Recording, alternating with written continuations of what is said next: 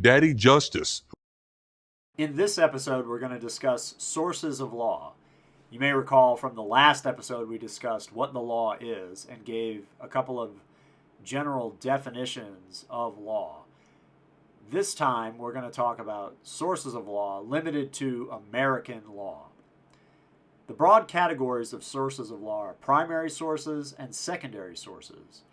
Primary sources are the law itself and include constitutions, statutes, case law, also known as the common law, and administrative law. In the subcategory of constitutions, in our country we have a federal constitution which provides the framework for our laws, and then state constitutions which can increase the rights provided by the federal constitution but cannot limit or restrict the rights as provided by the federal constitution. And no laws can contradict the federal constitution, and that's under the Supremacy Clause, but we'll get to that later. In the subcategory of statutes, there are again federal and state statutes. These are written by legislators, passed by legislatures, and approved by the executive branch. Case law is law made by judges applying and interpreting constitutional and statutory provisions through litigation in court cases. Administrative law are rules and regulations created by the executive branch through its various agencies. This is a controversial area of law. Some people call it the fourth branch of government in the United States. There really isn't supposed to be a fourth branch. There's only supposed to be the three branches: the legislative, the executive, and the judicial. After you get through primary sources, we're left with secondary sources. Now remember, primary sources are the actual law itself. Secondary sources are just commentary upon the law. They don't actually have the force of law. Secondary sources include things like law dictionaries, law encyclopedias, American law reports, horn books and treatises, law reviews, and restatements. An example, if not the example, of a law dictionary we actually referred to in our last video, Black's Law Dictionary. As for legal encyclopedias or law encyclopedias, there are a couple big ones. The Corpus Juris Secundum, which is published by the West Company, and American Jurisprudence, again published by West.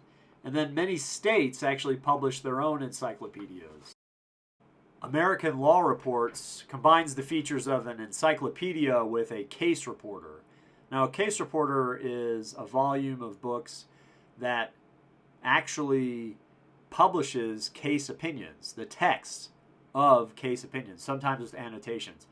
Horn books are like legal textbooks. They're written by law professors, and they typically deal with one particular area of law, such as contracts, and they'll have bits and pieces of cases to flesh out the topic at hand. Treatises are legal aids, they're research aids, usually for practitioners, whereas horn books are for students. Treatises are lengthy, they go into an extreme amount of detail, have very long footnotes about very specific areas and questions in law. Think of them like scientific papers in chemistry or physics. They're going to be read and used by practitioners in the field, actual professionals, to bolster and flesh out their understanding of a particular area of law or question in law before they have to go and litigate it or write a letter or whatever they're doing. Law reviews are student-run organizations in law schools, such as the Harvard Law Review, Georgetown University Law Review, that serve to criticize cases, provide stimulating questions about law.